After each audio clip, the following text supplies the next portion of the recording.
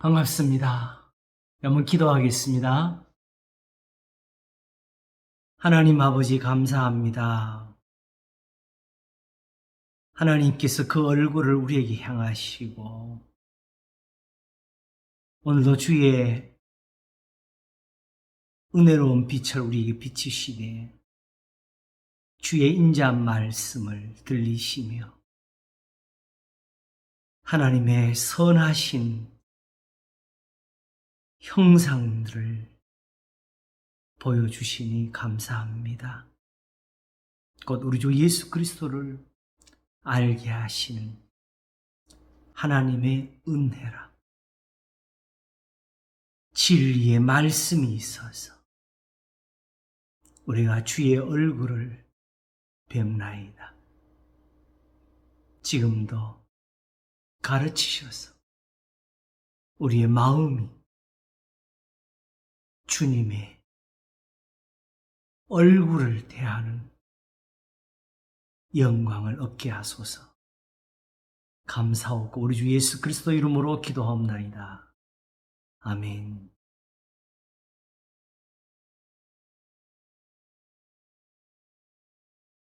감사합니다. 자,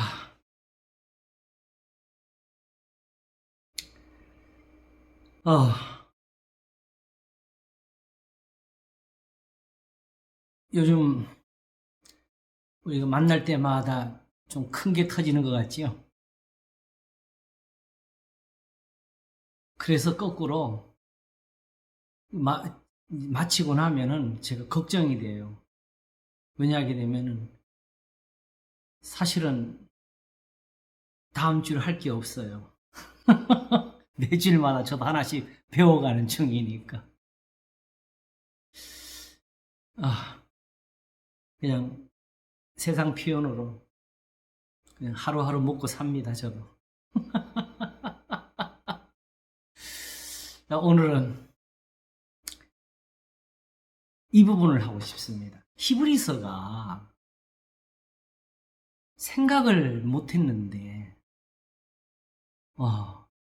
이제는 이걸 풀지 않을 수 없도록 하나님께서 보여주시는 게 있는 것 같습니다. 지지난 주일은 지성소, 성소와 지성소의 모양에서 하나님이 세상을 지으신 그 뜻을 이해를 했고, 이제 지난 주일은 또 6장에서 그리스도도의 초보라는 말에서 우리가 또 예수님을 다시 가까이서 보는 은혜를 얻었고, 그것이 지나고 나니까 문득 이 말씀이 비춰졌어요. 바로 히브리서 10장입니다.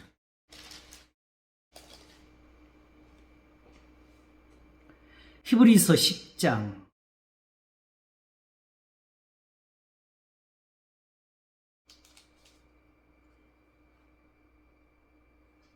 어디를 보냐게 되면요, 우선 먼저 여기를 확인하고 살피도록 하겠습니다. 19절부터 한번 보겠습니다. 그러므로 형제들아, 우리가 예수의 피를 힘입어 성소에 들어갈 담력을 얻었나니 그 길은 우리를 위하여 휘장 가운데로 열어놓으신 새롭고 산 길이요, 휘장은 곧 저의 육체니라. 바로 요 구절입니다. 사실은 이 구절이 어떤 우리가 성경을 이해하거나 또 예수님을 아는데 어떤 방해가 되는 것은 아니라고 생각이 듭니다. 그러나 오랫동안 제가 늘 생각하고 있는 거 아닌데 오랫동안 가슴 속 궁금함이 남아 있었어요. 왜 휘장이 예수님의 육체일까? 그치요? 자, 그럼 이게 어떤 뜻일까? 예수님의 육체가 그 휘장이 되어가지고 있으니까. 그리고 우리가 휘장 가운데로 못 들어갔다? 그럼 결국 예수님을 죽여서 들어간다? 이 뜻인가? 그러면 하나 문제가, 예수님이 육체를 언제 가지셨어요? 태초에? 아니면 마리아의 몸에서부터?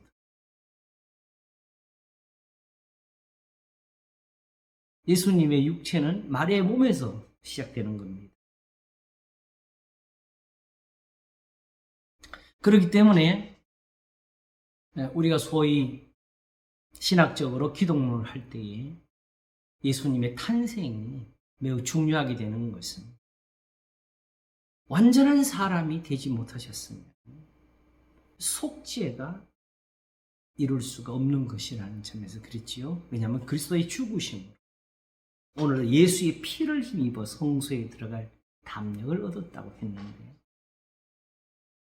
그러므로 예수님이 십자가에서 흘리신 피, 그거 예수님 겁니까? 사람 거 빌려온 겁니까? 예수님은 고통도 안 받으셨고, 예수님은 그냥 죽는 신용을 했는데, 피를 거기다 갖다 부은 겁니까? 아니면 예수님의 피가 흐른 겁니까? 쏟아진 겁니까? 내가 목마르다 하셨을 때 그 목마른 게 단순한 갈증이 아니지요, 그지요? 옆구리를 찔렀을 때에 물과 피가 나왔다는 게 그게 거짓이 아니지요? 요한복음이 특별히 그것을 적은 이유는 당시에 소위 우리가 환영설, 도세티즘이라는 그런 잘못된 그 사상이 들어와서 이 사람들 플라톤적인 그런 것입니다. 본체가 따로 있고 세상에 있는 것은 하나의 그림자다. 그러므로 그 이유가 뭐냐? 예수님은 신성, 하나님이시기 때문에 이 육체는 흙에서 나와서 이 더러운 이 인간이 될 수가 없다는 거죠. 그래서 실제로 세상에 있는 예수님은 하나의 그림자였고 허수아비였고, 그러므로 십자가에 죽으실 때에 흘리신 피는 그것도 하나의 환영이었고, 그래서 세상에 계신 예수님의 모든 모습은 실체가 아니었다. 그러면 마태복음 다 거짓말이죠, 그죠?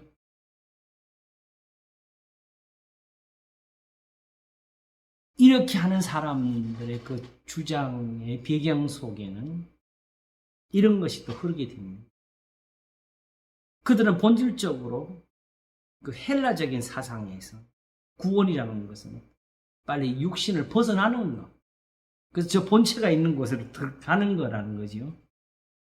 그래서 육체는 벗어버리는 것, 버리는 게 좋다. 그러므로 결국은 죽음이 곧 구원이 되도록 하는 이런 사상을 가져왔고, 그러다 보니까 세상에서는 어떤 일을 해야 되느냐? 육체는 자꾸 괴롭혀야 돼. 이게 뭐 소위 말하는 수동원의 시작이 됩니다. 신학을 하신 분들은 주상성자라는 말을 아마 저기 교회사에서 들어봤을 거예요. 세상과 멀어지려고 가능하면 높은 데 장대를 세워놓고 그 위에 올라가서 앉아가지고 씻지도 않고 그 중동의 더운 지역에서 먹지도 않고, 그러면 나중에 이제 그 땀이 정말 쌓이고 쌓여가지고 거기에 파리가 와서 알을 까고 구덕에 기어난 그 고통을 받으면서 이제 내가 구원을 받는다 생각하는 사람이 있었다는 거. 근데 문제는 그 사람들은 그렇게 하면 그렇게 하라고 내버려둬도 되는데 우리의 신앙에 이게 어떤 관련을 주게 되느냐. 그러니까 육체는 아무래도 괜찮다는 거예요. 그렇죠? 그러니까 이게 결국 어디 가느냐면 극단적으로 두 가지가 나타나는데 하나는 그와 같이 육체를 괴롭히는 사람과 하나는 거꾸로 아예 극단적인 쾌락주의로 가는 사람까지 나타나. 이건 아무것도 아니니까.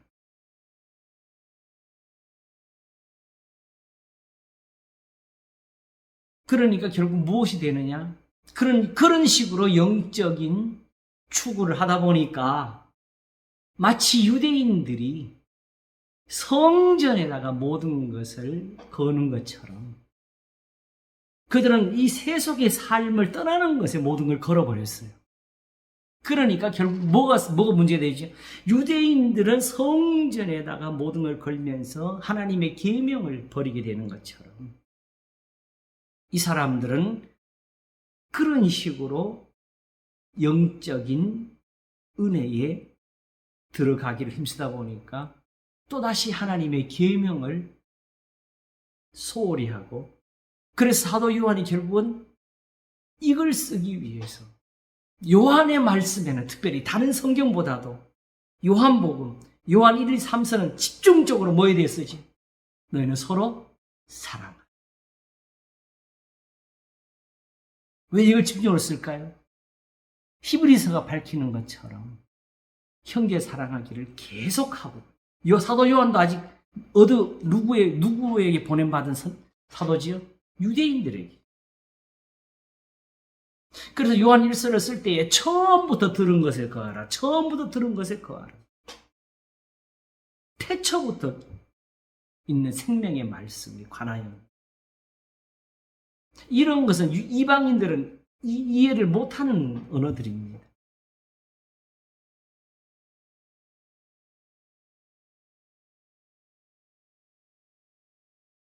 그러므로 바로 이제는 그런 식으로 또다시 쉽게 말하면 육체의 일에 빠져버리게 되는 거죠.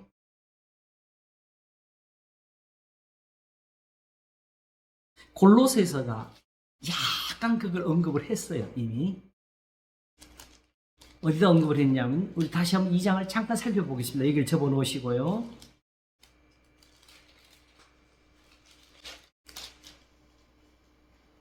바로 16절부터 보면은 그러므로 먹고 마시는 것과 절기나 월상이나 안식을 인하여 누구든 너희를 편론하지 못하게 하라.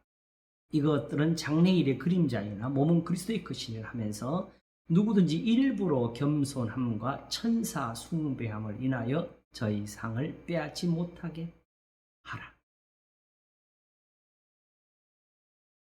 제가 그 본 것을 의지하여 그 육체의 마음을 조차 헛되이 과장하고 머리를 붙들지 아니하는지라 하면서 어디로 가느냐?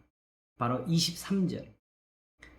이런 것들은 자의적 숭배와 겸손과 몸을 괴롭게 하는 데 지혜 있는 모양이나 육체 좇는 것을 금하는 데는 유익이 조금도 없느니라.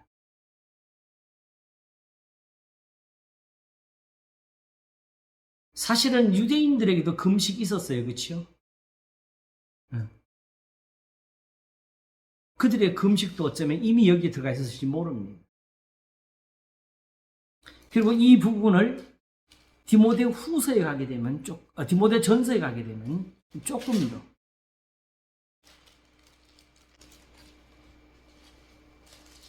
상세하게 지적을 하는 것이 나오는데 4장, 디모데전서 4장에 그러나 성령이 밝히 말씀하시기를 후일에 어떤 사람들이 믿음에서 떠나 미혹해 하는 영과 귀신의 가르침을 조철이라 하셨으니 여기서 나오는 게 뭐냐?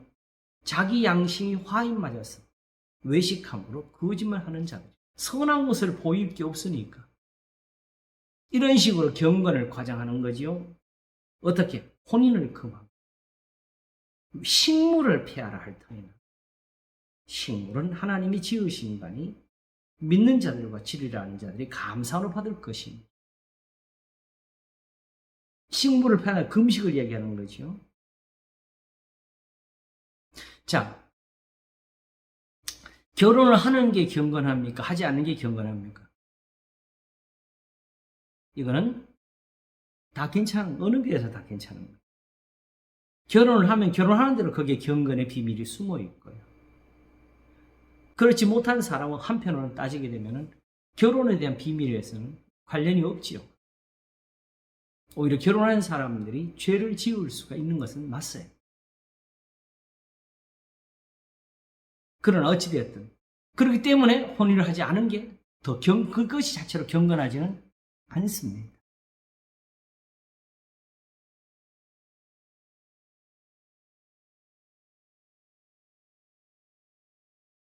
바로 이것이 중세시대를 열게 된 하나의 어떤 키가 되지 않겠어요?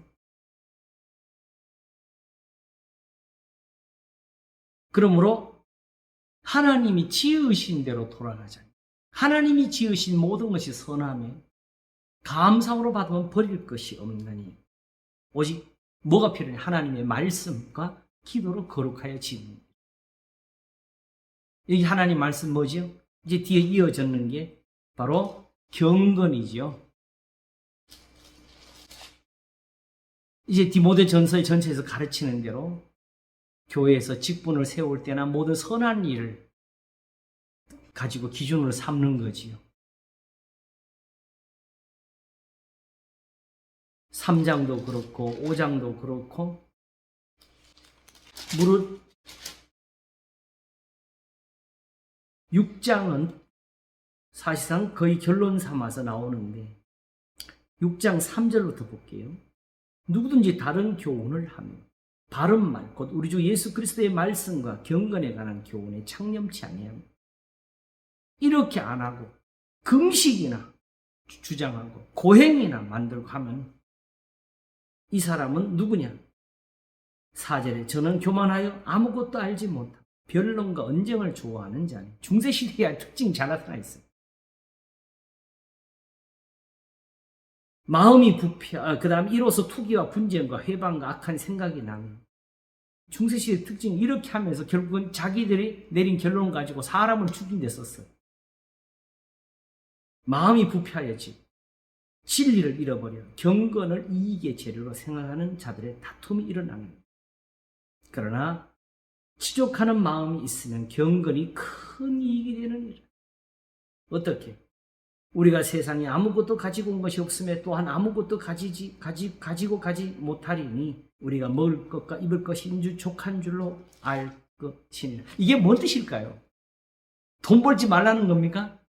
먹을 걸 남겨놓고 그냥 다 주라는 수입에 본질적으로 이 말을 하려고 그런 거예요. 뒤에 가보게 되면은 17절에 내가 이 세대의 부한 자들을 명하여 마음을 높이지 말고 정함이 없는 재물에 소망을 두지 말고 오직 우리에게 모든 것을 후히 주사 누리게 하신 하나님께 두며 하나님께 소망을 두면 무슨 일을 하느냐?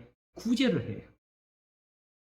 선한 일을 행하고 선한 사업에 부하고 나눠주기를 좋아하며 동정하는 자가 되게 하라. 왜? 이것이 장래에 자기를 위하여 좋은 터를 쌓아 참된 생명을 취하는 것입니다. 근데 사람들이 여기 와서 다 무너져. 그러면 예수님 십자가는 뭐야? 이런다고. 이게 십자가 도예요. 예수님이 십자가를 피 흘려서 이 도를 만드신 거예요. 예수님이 십자가가 없으면 이게 아무런 의미가 없어요.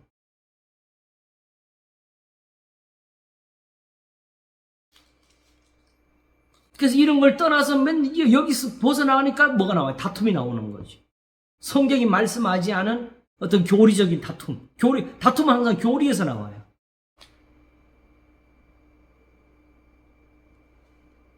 그래서 아까 다시 돌아가 보게 되면은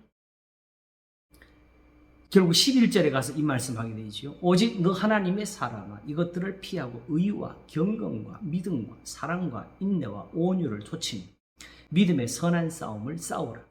영생을 취하라. 이게 영생을 취하래.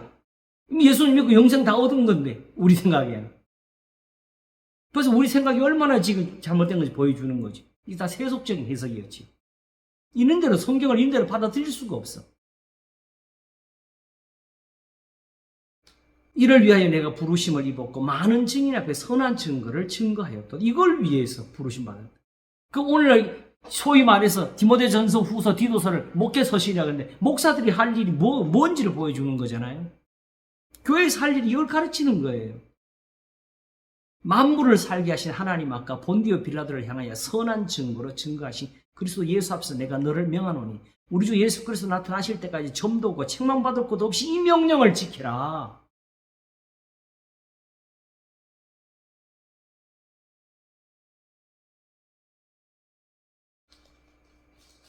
기약 이름은 하나님의 그에 나타나신 보이시면 어떻게 될까요? 지금 이 말씀한 대로 심판하시겠지요.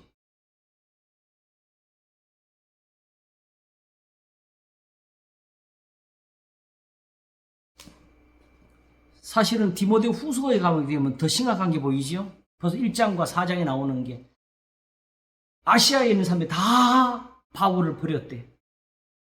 거기가 어디에? 갈라디아, 에베소, 그치요?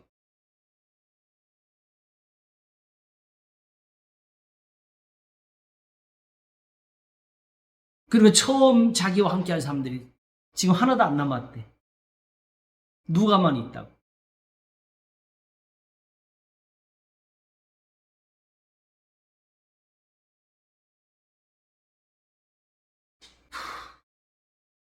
바로 그런 것 때문에 사도 요한이 요한 1서, 2서, 3서, 요한복음까지 적었는데 특별히 그 사람들의 말대로 하게 되면 예수님이 십자가에서 죽으신 게 하나의 모양이잖아요. 그죠? 피 흘린 것도 하나의 쇼지요. 그렇게 보이도록 한 거지. 그러면 예수님이 죽으셨으면 이제 시체는 뭐가 돼야 돼요? 아무것도 아니에요, 이제. 근데 시체를 찔렀더니 뭐가 나왔어요? 옆구리를 찌르니까 물과 피가 쏟아지더라. 우리는 얼마나 거짓말을 많이 꾸미는 사람들인지 그런 것도 보면 맨날 거기서 뭐 영적인 이런 이해만 신비만 갖다 붙이려고 해요. 성경의 어느 구절에 신비를 갖다 붙이는 사람은 회개해야 돼요. 악기입니다. 악을 행하는 겁니다. 그냥 여기 기록이 그대로가 신비예요. 죽으신 다음에도 여전히 피가 쏟아지고 물이 쏟아지더라. 보통 시체가 그런 거예요.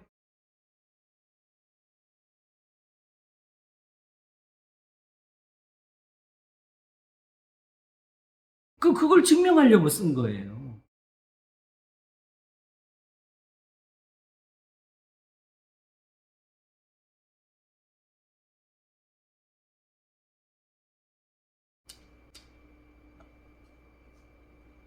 그러므로 중요한 것은 예수님의 십자가의 죽으심, 거기에 모든 비밀이, 거기에 모든 경건의 비밀들이 다 들어있는 것입니다. 자, 그러면 예수님이 십자가에 못 박혀 죽으시는 건데, 그죠? 그리고 아까 말씀드리기를, 근데 그 문제는 그 육체가 언제부터 있었다고? 마리아의 몸에서. 근데 이걸 굳이 또 구약에 갖다 붙여요. 여호와의 사자라는 표현을 자꾸 예수님이라고 해석하려고. 왜? 예수님은 육체가 있었으니까. 그러면 안 되지요. 구약 시대 때는 육체가 없었어요.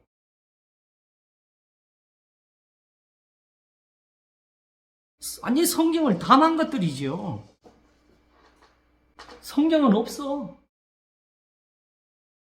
악입니다. 이런 악이 없어요. 예수님은 뭐라고 하셨어요? 맹세도 하지 말라면서. 예, 아니요. 너희 아는 것은 그렇다, 아니라는 그 이상 하지 말라고 했잖아요. 여기서 지나는 것은 다 뭐예요? 악으로 지나는 것이라. 이런 예수님의 말씀을 하나도 마음에 두지를 않으니까 우리가 그런 식으로 해석을 막 하지요. 그러므로 생각을 해봅시다. 자, 예수님의 육체가 뭐가 되어 있어요, 지금? 성소에 휘장이 돼가지고 있어요. 그리고 그 휘장이 뭘 가르고 있어요? 지성소와 성소를 가르고 있습니다. 그렇지요?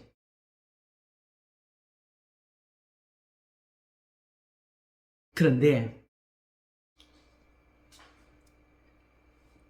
9장을 보게 되면 성령이 이로써 보이신 것이 있었어요. 우리 9장을 먼저 잠깐 다시 한번 볼까요?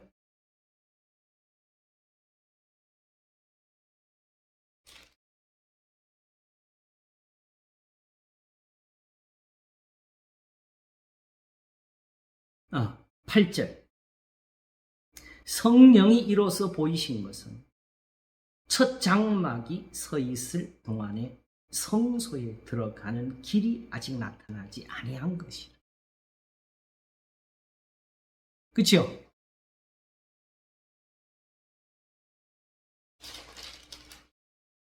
이렇게 지성소와 성소를 우리한테 보여주시고 교훈하시는 이유는 이 장막이 있는 동안에는 아직 하늘로 들어가는 길이 나타나지 아니한 것이라는 것을 보여주시는 것입니다.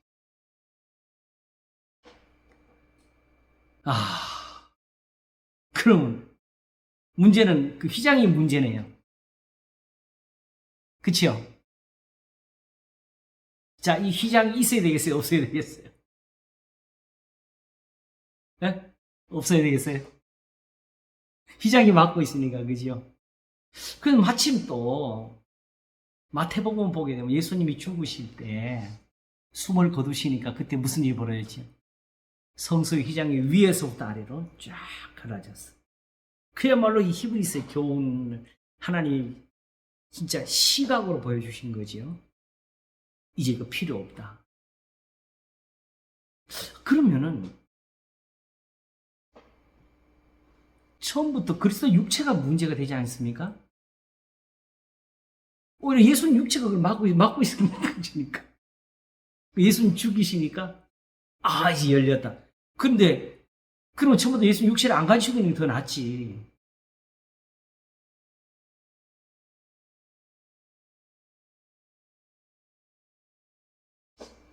이게 사실은 그냥 아까 말씀드린 것처럼 다른 성경을 이해하는 데 어떤 방해나 어려움을 주는 그 부분은 아니지만은 이 구절 하나가 저한테 와서 닿는 그 부딪힘은 컸어요.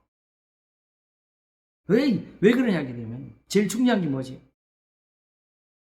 이게 성경이라는 성경의 말씀이라는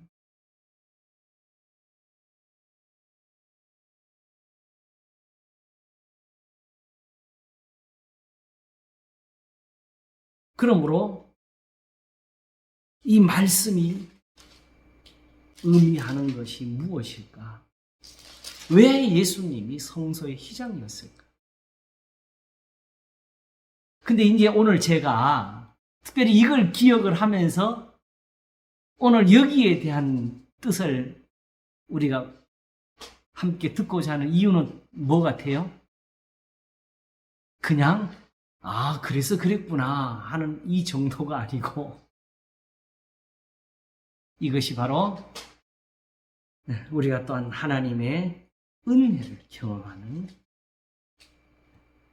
그런 말씀이기 때문에 지금 이 시간은 이 말씀을 우리가 보는 겁니다. 풀이는 간단합니다. 휘장이라고 그랬잖아요. 그치요?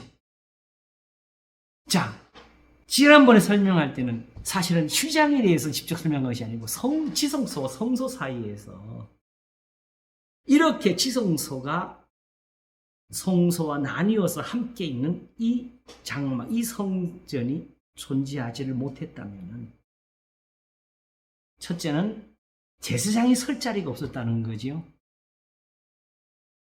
지성소가 없는 성소는 성전이 되지를 못하죠. 하나님이 계시지를 않으니까. 그치요? 그러면 거기서 드리는 예배나 모든 제사는 아무런 의미가 없는 것이 되는 것이고 제사장, 그렇지 않으면 결국 제사장이 세상에 있는 그 종교처럼 서가지고 쫙 뭐라고 외우면서 신을 막 찾는 그런 행위를 했어야 됐겠지. 저런 식의 번제나 속죄제는 존재할 수가 없습니다. 죄를 속하는 제사.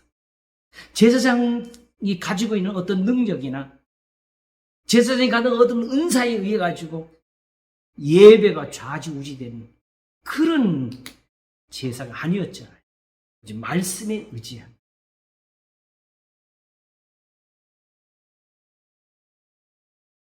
그리고 또 하나는 만일 그렇게 하지 아니했다면은 그냥 그 자체가 지성소가 돼가지고, 그렇죠? 네. 지금 가르니까 성소 지성소지. 그 성소가 그대로 바로 하나님이 직접 임재해 계신 자리면은 제사장이 설 자리가 또한 없어지니까. 결국은 하나님이 구별되지 않는, 경계가 구별되지 않는 세상에서 하늘과 땅을 지어 두신 이유, 사람으로 살게 하시기 위해서, 그리고 하나님이 여전히 그 세상을 돌보시고 지키시기 위해서, 그 결과로 예수님이 세상에 오셨고, 그 결과로 이 지성소의 모양 하나 가지고 지금 같은 이 교훈을 우리에게 전해주셨잖아요. 이스라엘을 거룩하게 하시고. 그러면은 그 성소와 지성소를 존재하게 하는 궁극적인 도구가 뭐였죠? 휘장. 휘장이 있으니까 성소와 지성소가 함께 성막 안에서 나뉘어지지만 함께 있는 이런 은혜가 만들어진 거지요.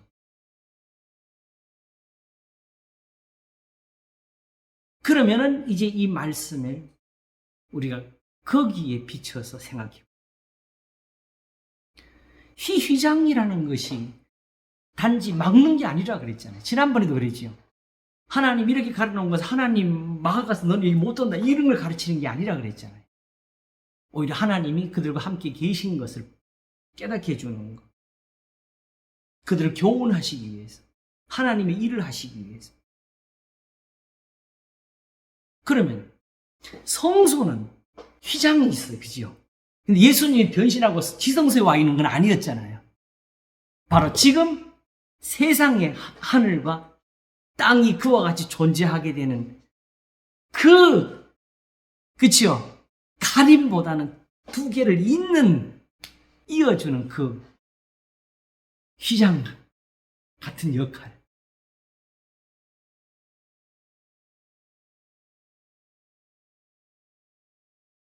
다시 말하면 예수님의 육체는 단순한 몸으로서 육체가 아니고 이 앞에서 말하기를 우리가 예수의 피를 힘입어 성소에 들어갈 담력을 얻었다는 그 피 흘림, 우리를 위해 속죄의 피를 흘리시는 대제사장 예수 그리스도를 설명하기 위해서 나온 말이거든요. 그리스도의 육체가 아니었으면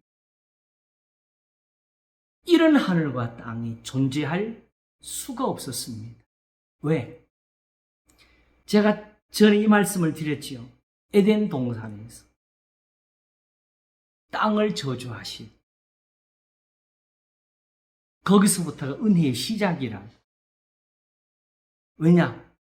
이미 죄를 지었는데, 그치요?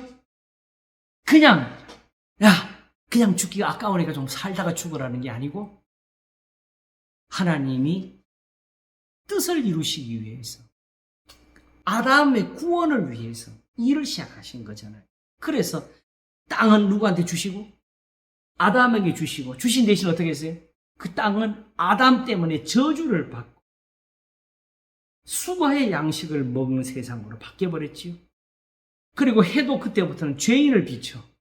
왜? 아담이 수고하면서 양식을 먹을 수 있는 그 은혜가 되기 위해서.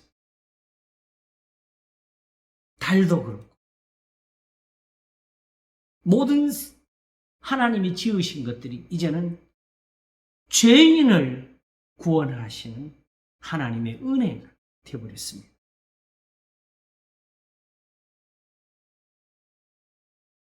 근데 문제는 여기 하나가 있다 그랬죠. 그러므로 이제 문제가 뭐가 있느냐.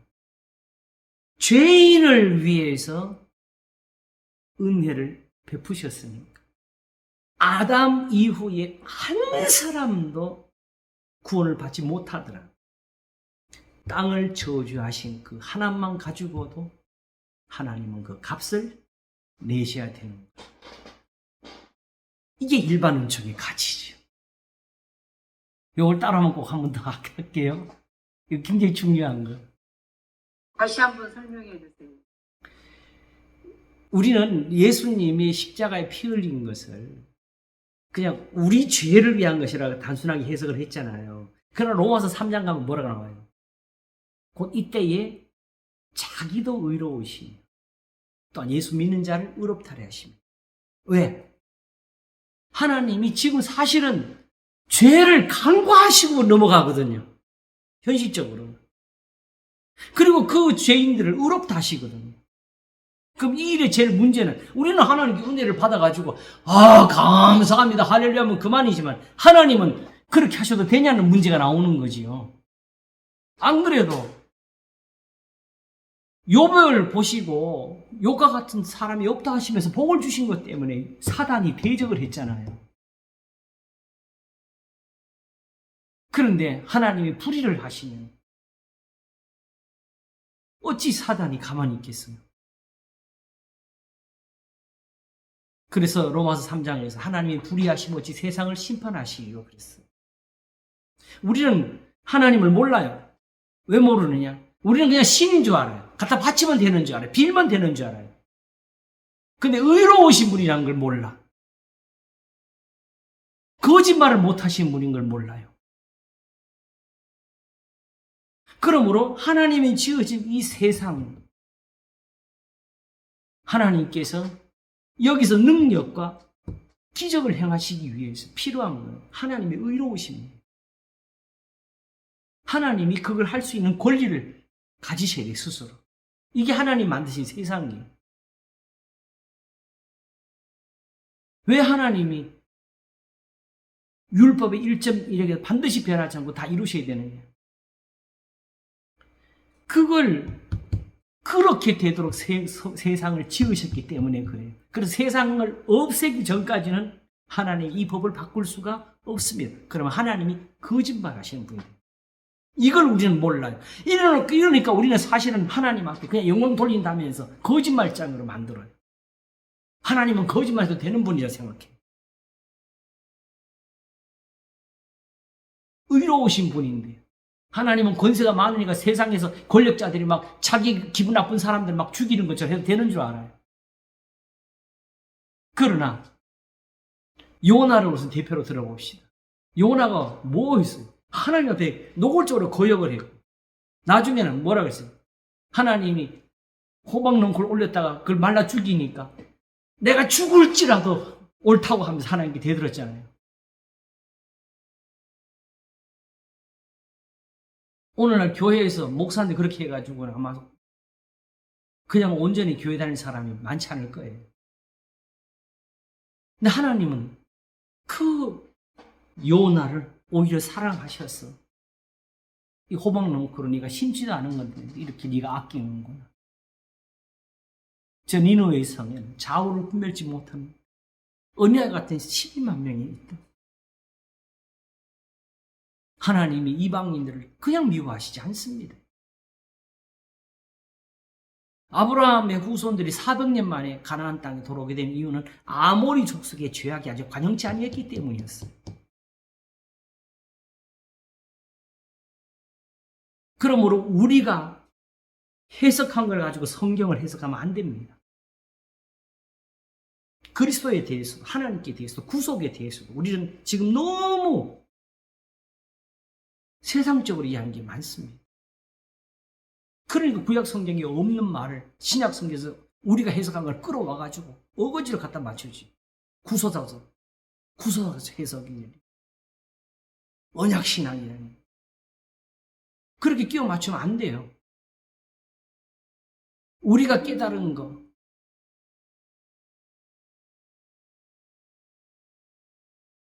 잠깐만요. 배터리를 연결 안 했네. 절대로 우리가 해석한 것에다가 성경을 맞추면 안 돼. 오히려 우리가 지금 모르고 있는 것이 많은 것을 스스로 깨닫고 그것을 알도록 성경을 봐야 되지.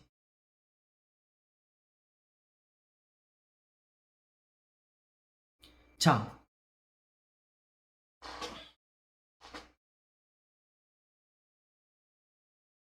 그러므로 항상 하나님은 성경에서 이런 찬송을 듣게 되어 있죠. 하나님은 참되시다. 의로우시다. 계시록 마지막까지 나가는 게 뭐죠? 이렇게 심판하시니 참되고 의로우시도다.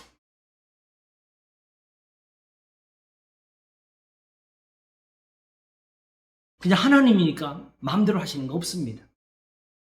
진리대로 하십니다.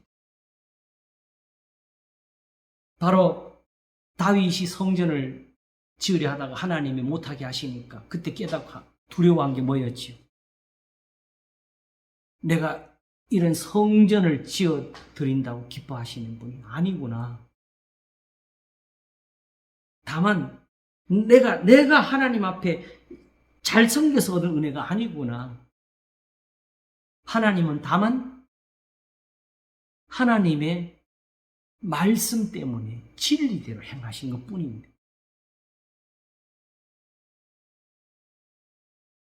그럼 그거는 다윗이 한 거 아닌가요? 하나님이 그에게 보여주셨고 가르쳐주셨고 깨닫게 하신 은혜잖아요. 하나님의 말씀이 아니었으면 사울을 죽였겠지요.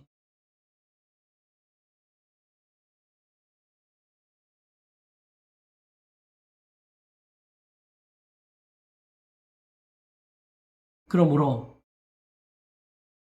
그리스도의 육체라는 거, 예수님이 십자가에 못 박히시는 이 하나님의 뜻이 아니었으면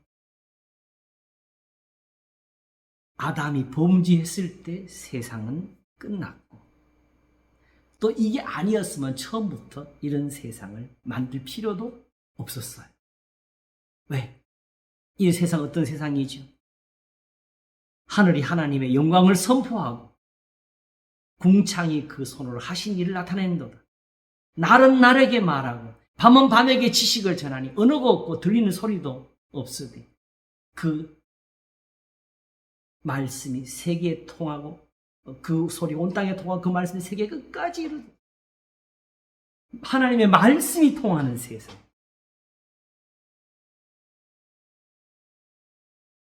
그래서 창세기 시작부터 마지막 계시록까지 모든 일들이 의롭게 되기 위해서 여기에 무엇이 있었느냐? 그리스도의 육체가 사람이 되시는 예수님이 계셨다는 거죠.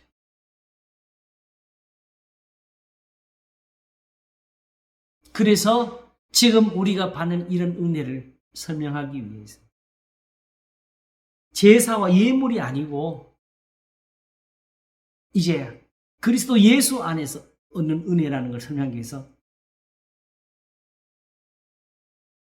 하나님이 우리를 구원하사 거룩하신 부르심으로 부르심은 우리의 행위대로 하심이 아니요.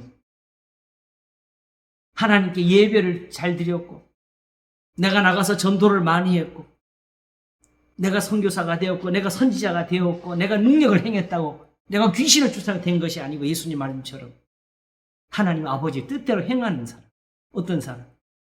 하나님이 우리를 구원하사 거룩하신 부르심으로 부르심은 우리의 행위대로 하심이 아니요 오직 자기 뜻과 영원한 때 전부터 그리스도 예수 안에서 우리 주인 은혜대로 하심이라. 바로 그러므로 이 은혜가 처음부터 있었기 때문에 아브라함이 받은 것도 이 은혜요. 이스라엘이 애굽에서 건짐을 받은 것도 이 은혜였다고. 모든 사람이 죄를 범하였으니 하나님의 영광에 이르지 못하더니 그리스도 예수 안에 있는 구속으로 말미암아 하나님의 은혜로 값없이 의롭다 하심을 얻은 자 되었느니라.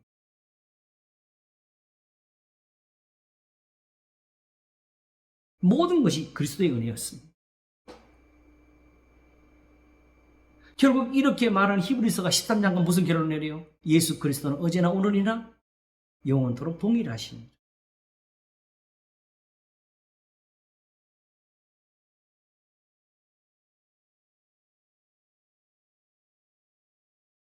지성소에서는 휘장으로 이렇게 가림막이 있지만 가림막이 아니라 사실은 그 지성소를 성소와 함께 있게 하는 은혜가 되었지. 모양이죠. 그거는 그죠? 그 세상에는 어떤 가림막이 있었는지 그리스도의 육체가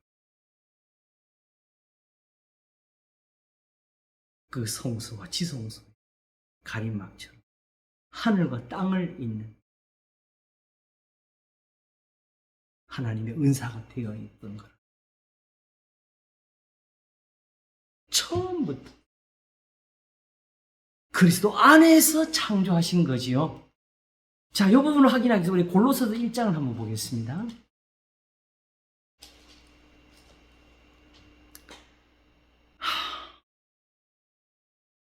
13절부터 보겠습니다.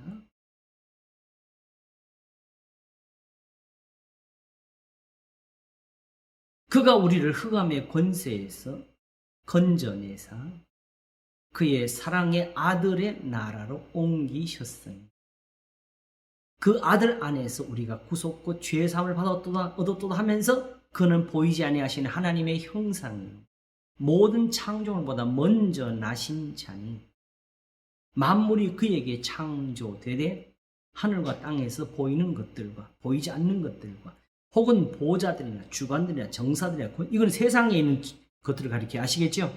이걸 딱 하늘에 무슨 마귀를 생각하면 안 돼요. 다 그로 말미암고 그를 위해 창조돼요. 지금 이 시대에 왜? 이 골로새를 쓸 때 사도 바울이 우선 로마의 압제를 받으면서 옥에 갇혀 있었잖아요. 교회가 핍박을 받고 있는 이 순간을 가리키면서 하는 거예요. 이게 다 그리스도를 위해 있는 거다. 그가 또한 그가 만물보다 먼저 계시고 만물이 그 안에 함께 섰느니라.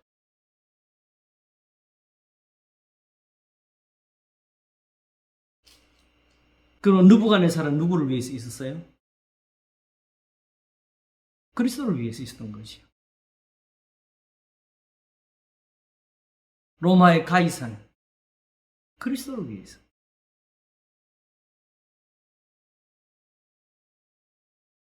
오늘 현실 속에서 여전히 교회는 아직도 세상에서 핍박도 받고 손가락질도 얻고 때로는 정치적으로는 거슬림도 당하는 일을 하는데 모든 것이 다 누구를 위해서 있는 것이라고?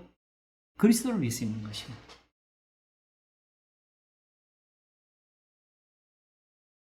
이 부분은 조금 우리가 다시 한번 설명할 필요가 있을 거예요. 오늘 시간이 끝까지 가기는 힘들 것 같고요.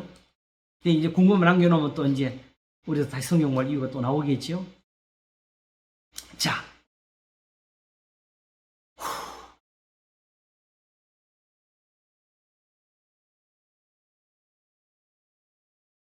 그러면 지금 현재 이 히브리서가 이렇게 휘장은 곧 저의 육천이라고 말씀하게 되는 이유를 우리가 여기서 한번 살필 필요가 있어. 뭘 말하려고? 왜 이렇게 굳이 표현을 했겠느냐? 시작은 바로 각각이 19절에 시작했지요. 그러므로 형제들아 우리가 예수의 피를 힘입어 성소에 들어갈 담력을 얻었나니 그 길은 우리를 위하여 휴장 가운데 열어놓으시 새롭고 산 길이요 휴장 않고 저희 육체니라 하면서 이제 21절을 읽습니다. 또 하나님의 집 다스리는 큰 제사장이 계시니 우리가 마음의 뿌림을 받아 양심의 악을 깨닫고. 자, 다음 말을 보기 전에 지금 스스로 예수님으로부터 말미암아 구원을 받았다는 사람들이 이 말에서 자기의 경험을 말해야 돼요. 이 경험을 가졌는지. 마음의 뿌림을 받아 양심의 악을 깨닫고 이렇게 시작한 그리스도인들 손들어라 그래요.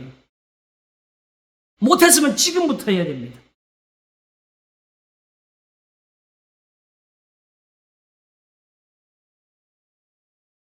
그렇게 해서 몸을 맑은 물로 씻었으니 이걸로 뭐 하자고? 그래서 할렐루야 하자고? 아니요. 참 마음과 온전한 믿음으로 하나님께 나아가자. 자, 요거 그럼 나아가자. 아멘. 나 교회 나와서 이거 아닙니다. 이 말이 결국 가지는 의미는 이걸로 어디 가려 그래요? 결국은 히브리서는 이걸 10장을 지나면 11장을 말하게 되고 11장이 끝나는 게 아니라 12장으로 또 가게 되는 거지요.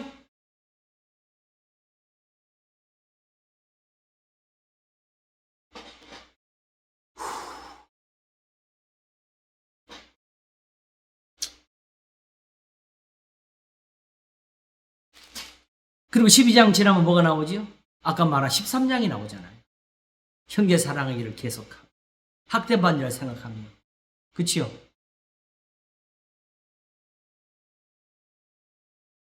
혼인을 귀히 여기며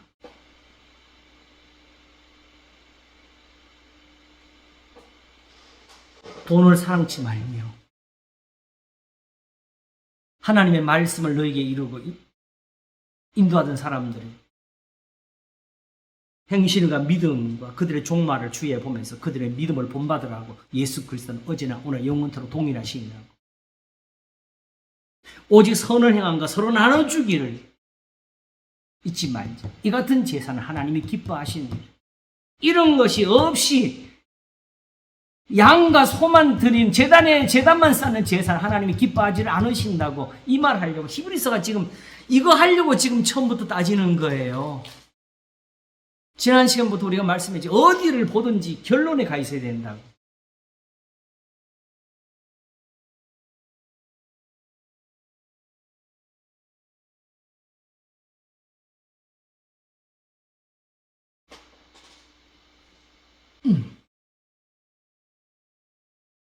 그래서 23절 갑니다. 또 약속하신 이는 미쁘시니 우리가 믿는 도리의 소망을 움직이지 말고 굳게 자. 이제 뭐 하자고 그러면? 아멘 하면서 뭐 하자고? 서로 돌아보아 사랑과 선행을 격려하고. 또 그런데도 내가 지금까지 경험한 바로 요렇게 해도 요걸 잘라놓고 뒤에만 봐요. 모이기를 피하는 어떤 삶 습관이죠. 자꾸 모이자 모여서 이거 하자는 건데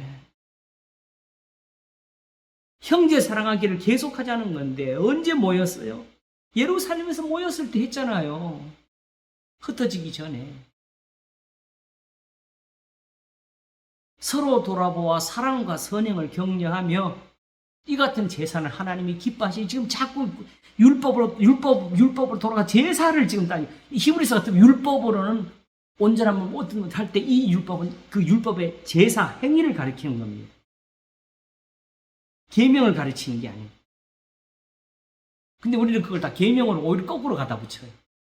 완전히 성경을 거슬려서 우리가 살고 있죠. 그러니까 성경이 안 들어와. 이대로 가르칠 게 없어. 그러니까 항상 고민하는 게 뭐예요? 지금 내가 가진 거하고 성경하고 이게 안 맞으니까 이걸 어떻게 해석하지? 이걸 어떻게 적용하지? 이걸 어떻게 가르치지? 어떻게 설교하지? 이 연구만 하게 되죠. 사도 바울처럼 하나님께 받은 것처럼 순전하게 하나님 말씀 혼잡하게 하지 않고 그냥 받은 것처럼 가르치면 되는데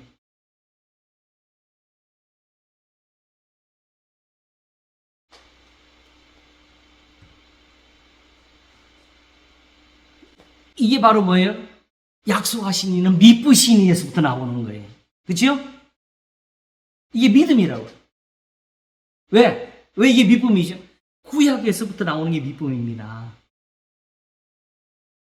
요새 시편 143편 제가 설교할 때 우리가 앞에 2절에서 나오는 거, 주의 진실, 1절에서 주의 진실과 의로 내게 응답하소서 할 때 그 주의 진실이라는 표현을, 그게 다른 말로 보면 그게 미쁘심이더라고요.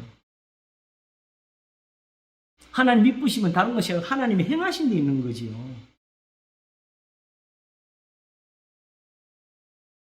그러므로 하나님께서 아브라함이 하신 거 우리한테만 그치는 게 아니고 계속 하실 거니까 우리가 아브라함처럼 해보자. 우리도 나그네를 대접해보자.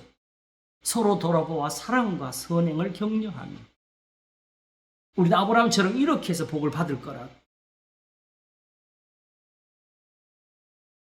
그러므로 사랑과 선행을 격려하는 이 모임이 바로 교회가 되는 거지. 모이기를 패한 어떤 삶 습관같이 하지 말고 오직 권하여 그 안에 가까움을 볼수록 더 그리하지. 했을 때에 이제 뒤에 나오는 말씀은 여기서 진짜 무서운 거예요. 이걸 두고 우리가 진리를 아는 지식을 받은 후 짐짓 죄를 범한 즉 다시 속지 않은 제사가 없고 오직 무서운 마음으로 심판을 기다리는 것과 대적하는 자를 소멸할 맹렬한 불만 있으리라. 이게 6장과 다시 연결이 되죠. 이렇게 해서 이 교훈을 저버리는 사람들, 사람이 이렇게 해서 이제 완전히 행한다 이런 말을 하는 거 아니에요. 이렇게 해도 부지 중에 짓는 죄는 여전히 존재해요. 그래서 요한 1서는 하나님 앞에서 용서받지 못할 죄가 없다는 말을 하면서도 그러나 사함받지 못하는 죄도 있다고 가르치지요. 그게 바로 이 진리를 경험하고 나서도 이걸 저버리는 죄를 범하면서 다시 할례로 돌아가고 다시 안식일을 찾고 다시 성전에 가서 번제를 제단을 쌓는 걸 가리키죠. 지난 시간에 말씀했죠. 갈라디아서 5장을 제가 잠깐 예를 들면서 그 번제, 할례나 무할례가 아무것도 아니에요. 그러나 그렇게 따지면 받아도 되는 거지. 그래서 할례자가 있잖아요. 아주지 할례자를 보고 그걸 죄지었다 그러지 않아요. 문제는 할례나 무할례가 아무것도 아니고 하나님의 계명을 지킬 따름이라는 이 세 사람이 있는 거거든요. 그런데 문제는 새로 할례를 받고 새로 번제의 제단을 쌓을 때는 무슨 문제가 생기냐면 이미 그리스도의 은혜로 구원을 얻었고 여기서 죄사함이 있는데 불구하고 그냥 그게 한번 해보겠다는 게 아니라 내가 다시 은혜를 더하겠다고 하니까 그리스도의 십자가를 욕보이는 죄. 그래서 그 완전한 제사 이제는 다시 드려져서는 안 되는 거기까지 이른 게 바로 이 신약의 교회들입니다. 이러고 오게 되면은 아침 설교도 했는데 종교개혁자들이 정말 잘했어요. 특별히 이 칼빈이 할 때 은혜의 방편은 말씀밖에 없다고. 그 말씀은 설교가 아니고 성경이 계명대로 사는 거라는 거. 그러므로 교회에 살 수 있는 거는 이 말씀을 가르치는 거고 이 말씀이 잘못되면은 우상 앞에 예배한 거라고. 그렇게 해서 가톨릭의 모든 습관을 버리고 그들의 예배를 버리고 오직 설교자가 강단에 서서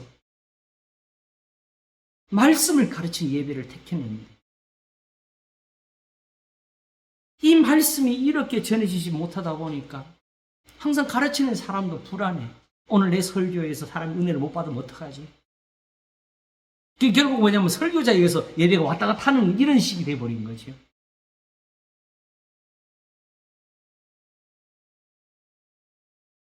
결국 다시 이 같은 예배를 얻었으면서 이 예배를 또다시 재단을 쌓는 예배를 만들고 있다고요.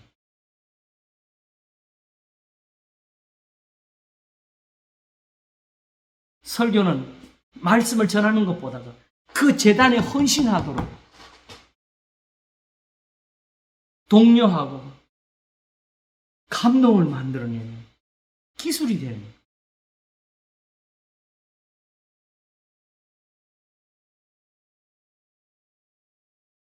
그리스도의 육체는 단순한 혈과 육을 가진 살을 넣어서 육체가 아니고 결국 우리를 위해서 십자가에 피 흘리시면서 우리로 하여금 이 소망의 약속을 굳게 붙잡고 이것이 하나님의 미쁘심이 되도록 해주신 이 은혜지요. 이렇게 해서 예수 그리스도는 어제나 오늘이나 영원토록 동일하시는 말씀이 이루게 하시는 이 육체. 성경대로 우리 죄를 위하여 죽으시고 성경대로 3일 만에 다시 살아나신 것은 바로 그 성경대로가 예수님의 죽으신과 부활에서 어디 예언이 어디 이걸 찾으라는 게 아니고 오히려 베드로전서 2장이 말한 것처럼 욕을 받으시되 욕하지 아니하시고 고난을 받으시되 위협하지 아니하시고 공의로 심판하신 자에게 모든 것을 부탁하시니 자기 생명을 많은 사람의 대속물로 주었는데 이 예수님을 본받으라고 그거 가르쳐서 아시겠죠? 그러면서 너희가 전에는 길을 잃었던 이제 너희 영혼의 목자와 감독 대신에 돌아왔느니라 하면서 베드로전서 전체 교훈을 거기서 연결을 해놓는 겁니다. 그래서 결국 이것이 끝나면 3장에서 욕을 욕으로 악을 악으로 갚지 말라 하는 교훈을 시편 34편에서 가지고 오지요. 그리고 베드로전서를 마칠 때는 이것이 참된 은혜임을 내가 증거한다고 했어요. 이게 참된 은혜라. 우리가 지금 무슨 은혜를 받고 사는지 모르겠어요.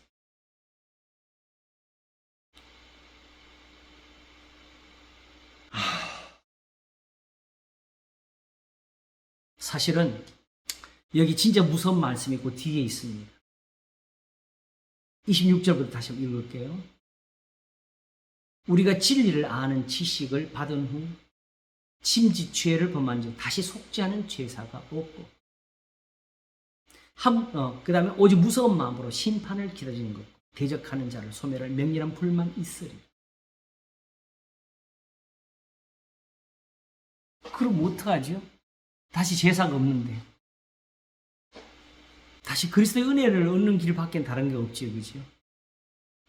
최소한도 하나님이 아직도 긍휼을 주는 사람이면 돌아서야죠. 이렇게 28절 모세의 법을 폐한 자 두세 증인을 인하여 불쌍히 받지 못하고 죽었거든. 이런 일을 혹시 기억나는 거 있어요?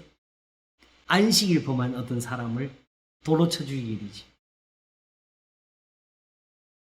하물며 하나님 아들을 밟고 자기를 거룩하게 한 언약의 피를 부정한 것으로 여기고 은혜의 성령을 욕되게 하는 자의 당연히 받을 형벌이 얼마나 더 중하겠느냐 너희는 생각하라.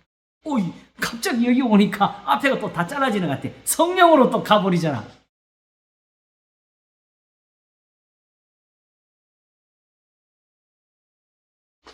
그러나 이렇게 말하게 된 이유는 앞에서부터 다 이어온 거라는 기억하셔야 돼요. 아시겠죠? 그리고 우선 성령은 아니라도 모세의 법을 폐한 자도 그죠? 두세 증인으로 인하여 불쌍히 받지 못하고 죽었거든. 그러면 하물며 하나님의 아들을 밟고 자기를 거룩한 언약의 피를 부정하고 이 말을 하려고 사실은 휘장은 제 6천이라를 가져온 거예요. 지금까지 우리 들은 교훈이 그대로 이게 살아있죠?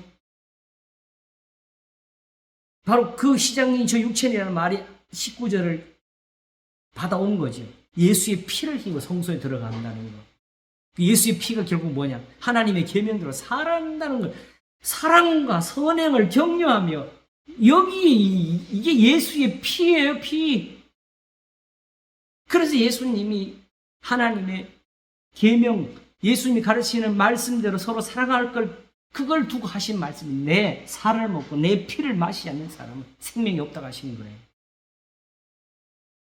그때 그거 듣는 사람들이 어떻게 그걸 해석해서 십자가에서 피를 생각하겠어요?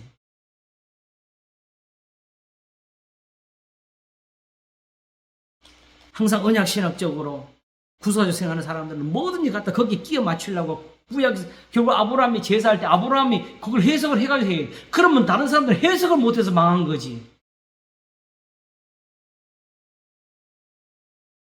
그럼 이 시대는 그 해석할 수 있는 신학자 몇 사람밖에 없지요.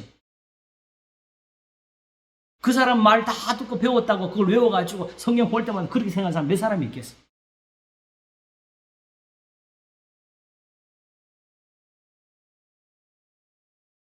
어떤 경우도 성경은 우리가 해석한 것이나 어떤 교리적인 것이나 어떤 신학적인 틀에 넣어서는 안 됩니다.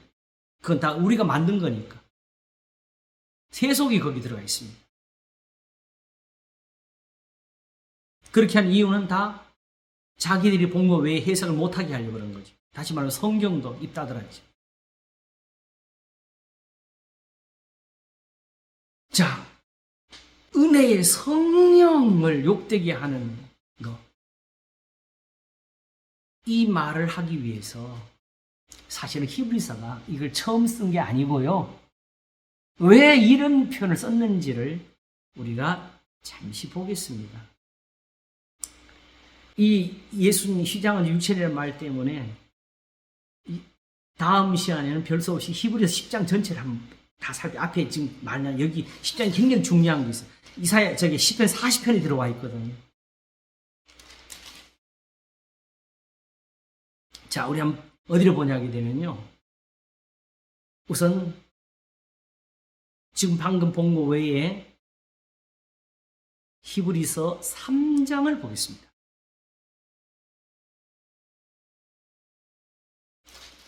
어떻게 이런 표현을 쓰고 있는지 히브리서가 1절을 보겠습니다.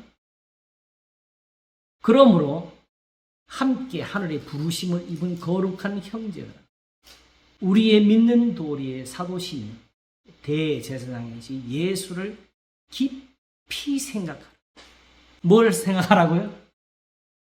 예수를 깊이 생각하라. 예수를 깊이 생각하면 뭐가 나올 것 같아요? 지금 이 말을 할 때부터 처음부터 그러잖아요. 항상 어디 결론에 맞춰져 있다 그랬죠. 똑같은 말이 12장에 나오잖아요. 11장에 믿음은 바라는 것들의 실상에 보지 못 증거를 해놓고 거기 선인들이 이런 증거를 얻어내 다 해놓고 12장 가서 12장 1절에 이러므로 우리가 구름같이 둘러싼 허다한 증인들이 있으니 모든 무거운 것과 얽매기 쉬운 죄를 벗어버리고 인내로서 우리 앞에 당한 경주한 죄를 벗어버리고 믿음의 주여 또 온전케 하신 예수를 바라보지. 저는 그 앞에 있는 즐거움을 위하여 십자가를 참으사 하나님 보좌 우편에 앉으셨네. 너희가 피곤하니 낙심치 않게 하여 죄인들을 이같이 자기에게 거역한 일을 참으신 자를 생각하라. 너희가 죄와 싸우되 아직 피 흘리기까지는 대항치 아니야. 이 말하려고 하는 거예요. 결국 히브리서가 써진 이유는 뭐냐게 되면 나중에 보면 알지만 이 사람들이 바로 초대교회 예루살렘에서 핍박받은 그 사람들이라는 게 흔적이 나와요. 거기까지 했던 사람들이 이제 와서 살면서 자기들 다시 또 세상적으로 어떤 고난을 받고 어려움을 겪으면서 이게 우리가 오히려 율법을 버려서 그런 게 아닌가라는 거기에 의심을 하게 된 거였거든요.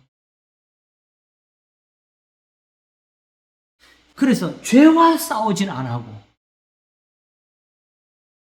오히려 그걸로 예수님을 피를 짓밟고 있느냐고 뭐라 그러는 거예요. 결국 이걸 예수님을 깊이 생각하라고 나오고 이렇게 시작해가지고 3절 보겠습니다. 저는 모세보다 더욱 영광을 받을 만한 것이 마치 집 지은 자가 그 집보다 더욱 존귀함 같으니 집마다 지은이가 있으니 만물을 지으시는 하나님이시라. 또한 모세는 장래에 말할 것을 증거하게 하나님의 온 집에서 사한으로 충성하였고 그리스도는 그의 집 맡은 아들로 충성하였으니 우리가 소망의 담대함과 자랑을 끝까지 견고히 잡으면 그의 집이라. 그러므로 성령이 이르신 바 여기서 이게 나와요. 그러므로 성령이 이르신 바와 같이. 이게 뭐지? 바로 시편 95편 7절 이하가 나오는 거예요. 그걸 성령이 이르신 바라고. 오늘날 너희가 그의 음성을 듣거든 노하심을 격동하여 광야에서 시험하던 때와 같이 너희 마음을 강팍해 말. 거기서 너희 열조가 나를 시험하여 증언하고 40년 동안의 나의 행사를 보았느니라. 그러므로 내가 이 세대를 놓아여 가로되 저희가 항상 마음이 미혹되어 내 길을 알지 못하는 것보다 하여 내가 노하여 맹세한 바와 같이 저희는 내 안식에 들어오지 못하리라 하셨다 하였으니 바로 이렇게 성령이 이르신 바와 같이 이게 아시겠죠? 이 구약의 성경을 인용할 때 쓰는 표현이에요. 자, 여러분 예수님 말씀하시기를 내 아버지께서 모든 것을 내게 주셨으니 아버지 외에는 아들을 아는 자가 없고 자, 하나님의 뜻은 이제 예수 그리스도를 섬기는 거잖아요. 그죠? 근데 문제는 이 예수님을 아는 사람이 없어. 알아볼 사람이 없어. 왜? 아버지 외에는. 자, 그러면 이제 예수님을 알기 위해서 누구한테 가서 배워야 돼요? 하나님께 가서 배워야 돼요. 그러니까 예수님이 내 아버지께 듣고 배우는 사람마다 내게 오늘 하셨어요. 요한복음에서. 근데 문제는 여기 제일 문제가 뭐지요? 하나님을 아는 사람이 없어요. 이렇게 하면 하나님 찾을 수 있어요? 하나님 어디 계십니까? 예수님 가르쳐 주세요. 이렇게 해서 배웁니까? 아무도 볼 수 없는 자신인데 모세도 등만 봤는데 내 아버지께로부터 듣고 배운 자가 내게 오늘 하셨을 때 그러나 하나님을 본 사람이 있다는 말은 아니라고 하셨어요.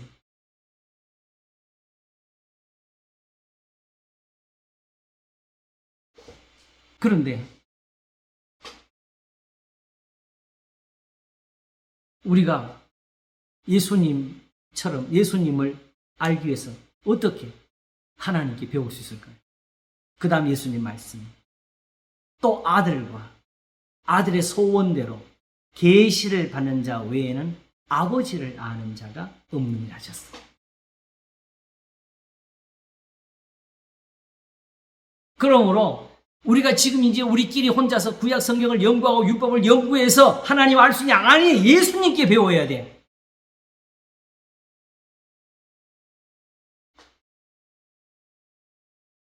그러므로 무엇이 남에게 대접을 받고자 한다면 너희도 남을 대접하라. 이것이 율법의 선지자라는 예수님의 이 가르침대로 율법을 배우지 못하면 아무리 하나님이 살아계신다 해도 그 하나님이 성경이 하나님이 아니시라고. 그래서 야고보서는 행함없는 믿음을 지적하려고 네가 하나님은 한 분이신 줄을 믿느냐? 잘한다. 귀신도 믿고 떤다 그랬어요. 귀신만큼도 떠는 것도 없이 어떻게 하나님을 믿느냐고.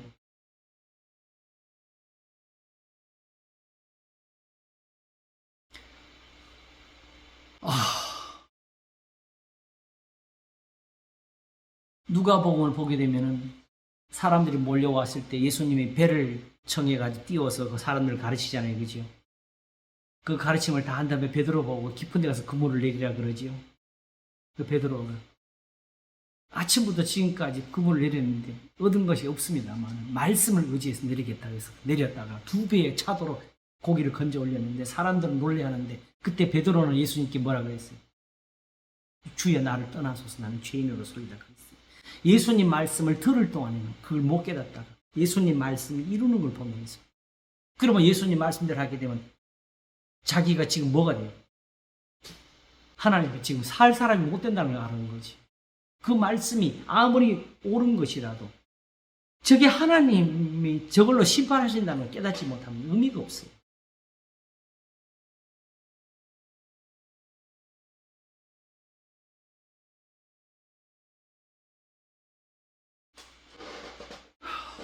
그러므로 사실은 고린도서 10장에서 이걸 말하면서 조상들처럼 우리는 하지 말자. 그죠? 거역하는 삶처럼. 그걸 우리 성령이 가르치시는 거야. 이사야는 성령이 지금 함께 오셨다 그랬죠. 자기와 같이 있다. 자, 그러면 이 말씀이 어떻게 변한지 한번 보세요. 그래서 12절 다시 보면은 형제들아 너희가 상가 혹 너희 중에 누가 믿지 아니하는 악심을 품고 살아계신 하나님에게 떨어질까 염려할 것이요. 믿지 않는 악심이 뭐죠? 저 조상들처럼 되는 거, 광야에서처럼 되는 거. 오직 오늘이라 일컫는 동안에 매일 피차 권면하여 너희 중에 누구든지 죄의 유혹으로 강팍해 됨을 면하. 죄의 유혹. 맨날 죄, 진짜 죄를 지으면서도 죄의 유혹을 우상 앞에 안 가는 것만 가지고 말을 해요. 그러나 성경은 탐심이 우상이라고 가르치는데.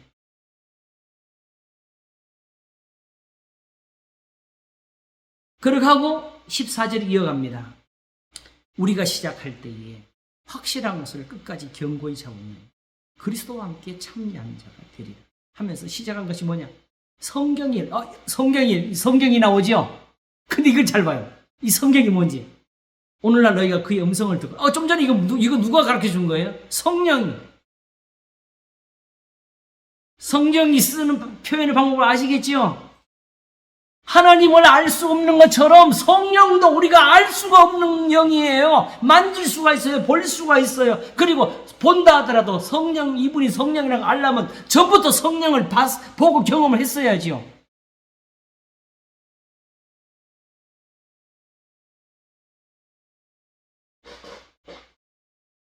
어떻게 하나님의 영이 하나님과 다른 말을 해요? 어떻게 하나님의 영이 예수님과 달라요? 그러면 안 되지요. 예수님이 뭐라고 하셨어요? 성령이 오시는데 내 것을 가지고 너희들에게 줄 거라고. 예수님이 주신 건 뭐예요? 아버지의 말씀이잖아요. 내 것은 다 아버지의 것이라고. 이래서 아버지와 아들과 성령은 하나이신 거예요. 목사님, 예. 여기서 그냥 성령. 네, 끝난 거지요? 그렇죠. 끝났네. 예. 이렇게 사도 바울도 성령을 쓴 거예요. 그렇죠.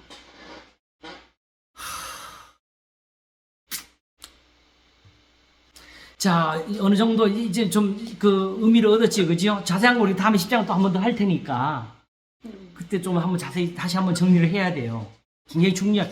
원래는 이 생각을 안 했었는데 이걸 보고 나니까 10장에 바로 우리가 본 19절 앞에 거기에 우리한테 굉장히 혼란을 주는 게 있어요. 그 부분을 우리가 이제는 안 짚을 수가 없게 되어버렸어요. 이걸 말씀했으니까, 그치요? 그러나 이제 오히려 이것을 알았으니까 우리가 그것을 풀 수가 있을 것 같아요. 자, 그러므로 19절이요? 3장 19절? 아니 저기 10장 앞부분 10장 우리가 19절부터 봤잖아요. 네, 그 네. 앞부분에 시편 40편을 인용해가지고 세상에 임할 때 가라사대 나를 위한 육체를 몸을 예비하시던 그 부분이 그게 시편에 있는 말씀이 거기 인용되어 있는데 뭔지 모르지만 거기 있는 그대로가 지금 거기 안 적혀 있어요. 그 부분을 제가 짚을 거예요.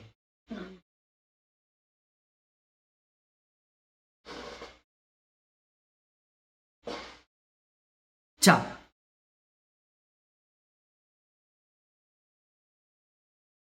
요것을 에베소서 2장 가게 되면은 결국은 먼 데에 있는 우리에게도 화평을 전하시면서 평안을 전하시면서 한 성령 안에서 아버지께로 나아가면 얻게 하려 하신다 그랬죠, 그지요? 자, 그러면 하나님께 나아갈 때에 성령 따로 받아서 갑니까? 하나님의 말씀을 순종해서 갑니까? 문제는 지금 우리가 듣는 진리, 말씀이 진리냐 아니냐가 제일 중요한 거지, 그죠? 그러므로 성령이란 말을 쓴 거예요. 왜? 선지자들과 사도들의 터 위에 세우신 받은 자요. 그래서 결국 에베소서는 특별히 4장 가면 뭐가 나오지? 30절에 하나님의 성령을 근심케 하지 말라는 말이 나와요. 그죠? 근데 성령을 근심케 한 사람들이 누구였어요?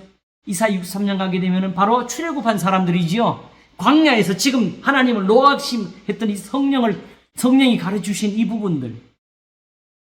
그때 광야에서 하나님 앞에 대적했던 그 모든 죄 짓는 것을 성령을 근심케 했다 그랬잖아요. 그래서 하나님의 진노를 받아서 멸망했지요. 그걸 받아가지고 이제 그 성령이 가르치시는 것이 뭐냐? 우리가 에베소서 4장 한번 확인하고 다시 돌아와서 정리하도록 하겠습니다. 에베소서 4장 25절부터.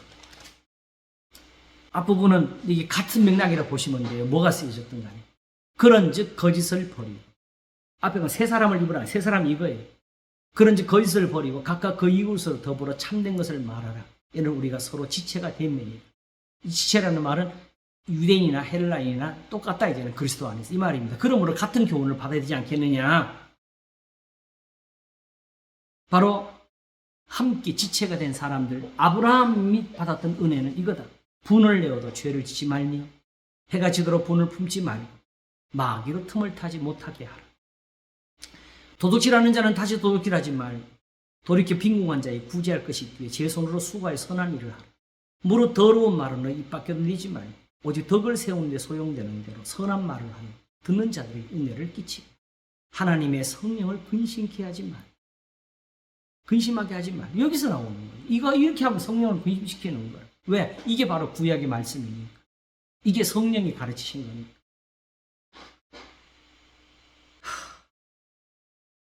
그 안에서 너희가 구속의 날까지 인치심을 받았는 바로 이 인침이란 건 이 말씀대로 산다는 걸 말하는 거지. 너희는 모든 악독과 노함과 분냄과 떠드는 것과 해방하는 것을 모든 악의와 함께 버리고 서로 인자하게 하며 불쌍히 하며 서로 용서하기를 하나님이 그리스도 안에서 너희를 용서하신 것 같이 하라. 이게 성령이 가르치신 겁니다. 이제 그래서 내가 이제 어느 정도 정리가 온 것이 뭐냐 하게 되면은 시내산에서 불을 보이시고 홍해를 가르시는 건 하나님이 하신 일입니다. 그러나 그것을 증거하게 하시고 기록으로 남기시면서 후대에 교훈을 전하도록 선지자를 이 성경을 이렇게 쓰도록 하시는 거예요. 이거는 성령이 하시는 일. 이렇게 보시면 돼요. 자, 여러분, 우리가 지금 마태복음 보잖아요. 그죠? 사실 예수님 어디서 봐요? 마태복음에서 보고, 마가복음, 누가복음, 요한복음에서 보지요. 그럼 예수님 어디 있어? 우리가 지금 눈으로 봐요. 그리고 봐도 내 앞에 나타나도 그분이 예수님이 어떻게 알아요? 이 예수님을 알아야 그 예수님인지 알지. 지금 우리에게 이렇게 예수님을 보이는 분이 누구예요? 이 성령이죠. 그러므로 사도들로 인해서도 마찬가지고 하나님의 성령은 이렇게 해서 아침에 주의 인자한 말씀을 들려주시는 하나님이 되어가지고 계신 걸 우리한테. 우리가 지금 성령의 도움을 받고 있는 거예요. 성령 인도하심을 받고 있는 거예요. 그렇지 않으면 우리가 지금 이거 어떻게 알아? 40년을 가슴에 품었던 거예요. 비로소 이렇게 깨달았어. 중요한 것은 이걸 모를 때 여기다 말을 안 한 게 이게 사는 거예요.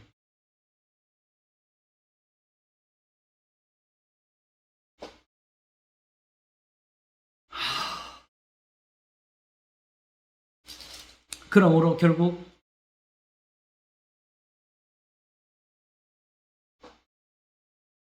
성소와 지성소의 그 비밀이 여기서 이제 그 은혜가 더 풀어지는 거지요. 그죠? 그리스도께서 결국은 그런 하늘과 땅을 있게 하신 분이라. 그 그리스도의 몸이 다시 말하면 지금 우리가 얻는 이 하나님의 계명의 말씀 아시겠죠? 그리스도를 말할 때는 이제 이걸 이렇게 예수님, 하나님의 말씀을 가지고 이제 말하는 거예요. 그러니까 바로 말씀이 육신이 돼요. 우리 가운데 거하시며가 된 거죠. 태초에 말씀이 계시니 이 말씀이 하나님과 함께 계셨으니 이 말씀은 곧 하나님이시니 말씀. 제가 처음에 이걸 오래전에 한 20년이 되지 않나 15년 되나 모르겠다. 그때 한번 설교한 게 있어요. 근데 그 설교한 걸 지금 찾지를 못하겠네. 그때 근데 어떻게 풀었냐게 되면 언어는 약속입니다. 그러므로 태초에 말씀이 계시냐 이 한마디를 들을 수 있는 사람들은 누구겠어요? 이 뜻을 아는 사람들이죠. 그 어떻게 이게 가능하냐? 요한복음은 우리가 아는 대로 다른 복음서나 서신보다도 한 3, 40년 늦게 써졌잖아요. 그죠? 그 이미 교회가 다 있어가지고 사도 요한도 이미 자기가 가르친 사람들에게 또 전하는 거예요. 자, 예수님이 세상에 계실 때 유대인들하고 부딪힌 게 뭐예요? 예수님이 얼굴에 못 생겼어요? 얼굴에서 품위가 안 나왔어요? 뭐 때문에 부딪혔어요? 말씀이죠. 예수님 말씀대로 하게 되면 자기들 생각에는 율법을 버려야 돼요. 우리는 이게 간단한 것 같지만 지금 우리가 교회에서 하는 습관 하나도 우리가 바꾸기가 이렇게 힘들잖아요.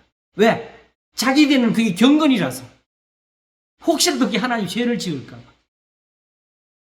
심지어는 어떤 데는 강단에 저주가 쏟아져도 그걸 떠나지 못하는 건 혹시라도 거꾸로 그걸 떠나면 저주를 받을까 봐. 그리고 심지어는 제가 마지막에 있던 서울에 있던 교회 여기 오기 전에 거기서는 강단에서 이 설교를 했어요. 누구든지 이 교회를 나오면 축복을 받고 이 교회를 떠나면 저주를 받고 이사를 가도 여기 나오라고 하면서. 그럼 다른 교회 다니는 사람들은 뭐예요?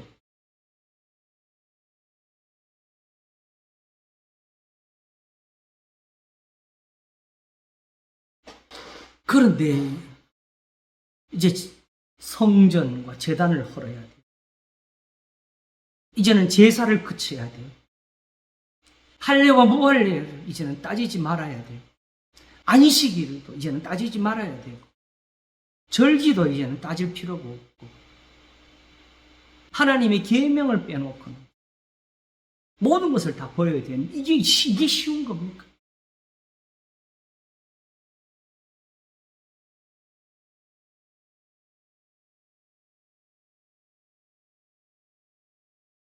사실은 세상에서는 종교가 각자 다 자기들대로는 경건이라고 생각하고 살아요.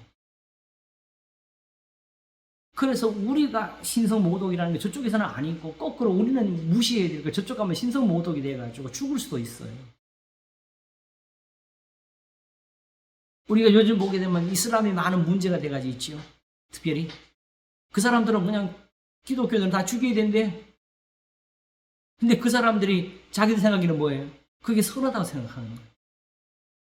그렇게 하면서 몸에 폭탄을 쥐고서 터져 죽으면은 순교자는 아프지도 않다고 가르치더라고.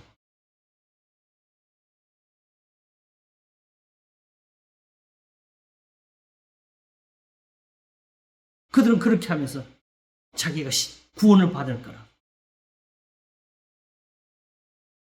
그런데 1500년을 내려오면서 성경 얻은 것을 예수님 때문에 다 버려야 되는 이 순간이 예수님의 말씀에서 부딪힌 거잖아요.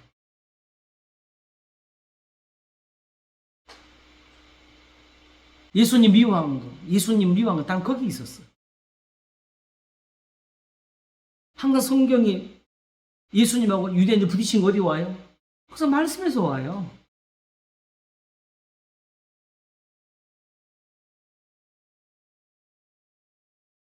결국 예수님 제자들이 예수님의 부활을 전할 때도 뭐 때문에 그랬어요? 결국은 성전보다는 저 사람들이 가르치는 교훈 때문에 기적이 나타나니까. 제단에는 안 나타나는데 제사장들에게는 없는데 무식한 베드로한테서는 안진뱅이가 일어나요. 오직 나사렛 예수 그리스도 이름으로 걸으라는 그 말 때문에.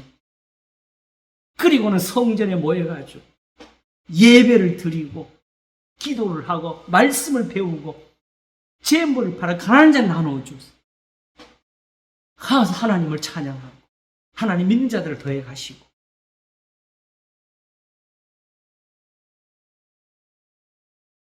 미쁘다 이 말이요. 우리가 주와 함께 죽었으면 또 함께 살 것이 할 때. 예수님과 함께 죽으면 산다는데, 예수님 같이 죽는 방법 가장 쉬운 방법이 있다고 내가 그랬어요. 어떻게 하느냐?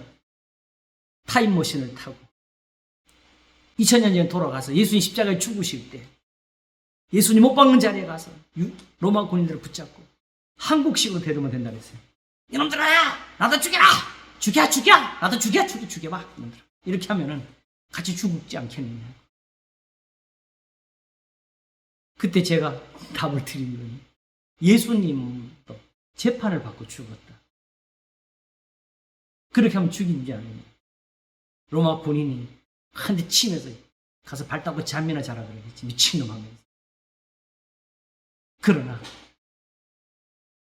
도망가고 숨어있던 제자들이 이제는 주님이 부활하시고 성취하신 걸 보면서 매를 맞고 옥에 갇히고 죽임을 당합니다.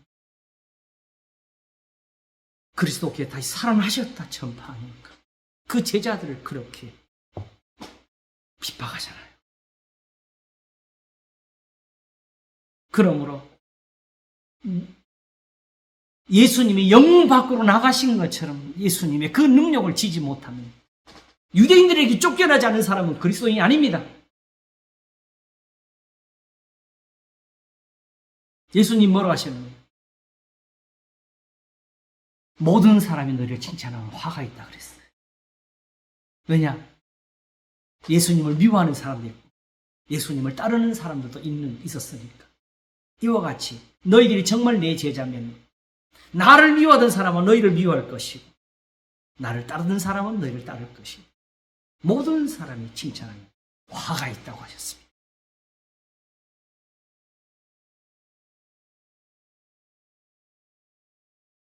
그러므로 진리는 세상 사람들이 인정하는 데 있는 것이 아닙니다. 진리는 여기에 기록되어 있습니다. 우리는 미쁨이 없을지라도 주는 이랑 미쁘시니 자기를 부인하실 수 없으시라. 우리가 주와 함께 죽었으면 또한 함께 살 것이고 참으면 왕노릇 할 것이고 우리가 주를 모른다면 주도 우리를 부인하실 것이라. 오늘 이 히브리 10장이 바로 이 교훈을 주기 위해서 휘장은 곧 저의 육체니라 하나님이 어떤 사랑을 우리에게 주셔서 우리를 하나님의 자녀로 일컬어놓게 하셨는고 아브라함 좀 봐라, 이삭 좀 봐라. 이스라엘이 괜히 이스라엘 된 게 아니다. 이것 때문에 된 거라고 요한일서가 그걸 적고 있었어요. 그래서 오늘 아침 설교할 때 옛날 설교 하나 했네. 예수님이 마지막 십자가에 달리시는 밤 첫 성찬을 여실 때 요한복음 13장 1절에 기록하기를 예수께서 세상에는 자기 사람들을 사랑하시되 끝까지 사랑하시니라. 이게 하나 서론이거든요. 뭐 하셨느냐? 대에 물을 따라 발을 씻기시면서 온몸이 깨끗하다. 발을 씻어야 된다. 이거 안 씻으면 너와 내가 상관이 없다. 이게 뭐냐? 너희도 서로 사랑하라고 가르치시오. 이거 없으면 내 제자가 못 된다. 모든 걸 버리고 주님을 쫓아. 이거 없으면 안 된다고 가르치신 거지.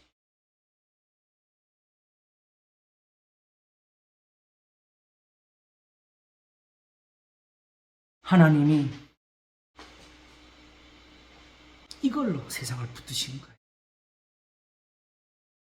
이게 믿음이 되어가지고 히브리서 11장 아벨이 믿음으로, 그치요? 에녹이 믿음으로, 노아가 믿음으로, 아브라함이 믿음으로 이게 남게 된 거지.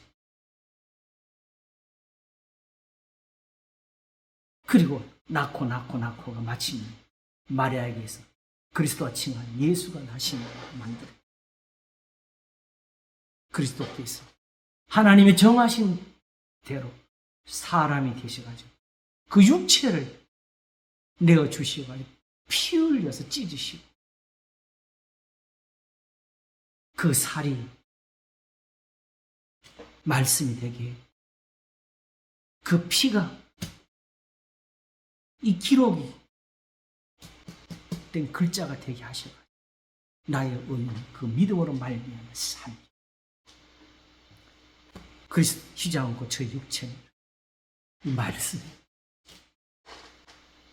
예수님의 육체는 이 말씀을 가리키는 표현입니다. 이미 지성소와 성소에서 본 것과 같지요. 다만 예수님이 거기 계셨다는 이 사실을 이렇게 계시다. 만물이 다 그리스도를 위해서 있었습니다. 우리도 지금 주님을 위해서 있는 겁니다. 주님이 자기를 하시는지 감사합니다. 예수님의 은혜가 함께 하시기를 바랍니다. 기도하겠습니다.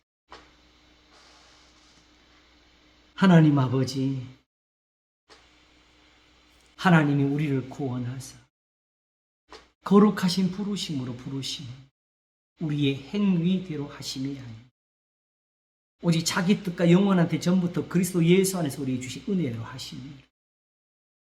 제단을 쌓고 예물을 얹어서 된 것이 아니고 기도의 정성이 되어서 된 것이 아니고 오직 그리스도의 은혜, 하나님의 말씀으로 되어진 것이라. 그리스도의 육체는 이 말씀을 이루려고 피 흘리신 하나님의 선물이라. 그러므로 하나님이 이 교훈을 주시면서 내 피를 마시라, 내 살을 먹으라고 하셨습니다. 이 말씀을 듣는 무리가 다 떠날 때 제자들도 가려니 하니까 주의 영생의 말씀이 계시니 우리가 니게로 가오리까 했나이다. 하나님의 말씀을 혼잡하게 하는데 빠지지 않게 하소서. 하나님의 말씀은 항상 명백한 것이고 주의 말씀은 혼잡한 것이 없나이다. 하나님이 보이신 대로 우리에게 전해주신 대로 쓰여져 있는 대로 우리가 믿음을 얻도록 도우소서. 우리를 위해서 사람이 되신 그리스도 십자가에서 그 살을 내어주신 구주 예수 그리스도 이름으로 기도하옵나이다. 아멘. 네.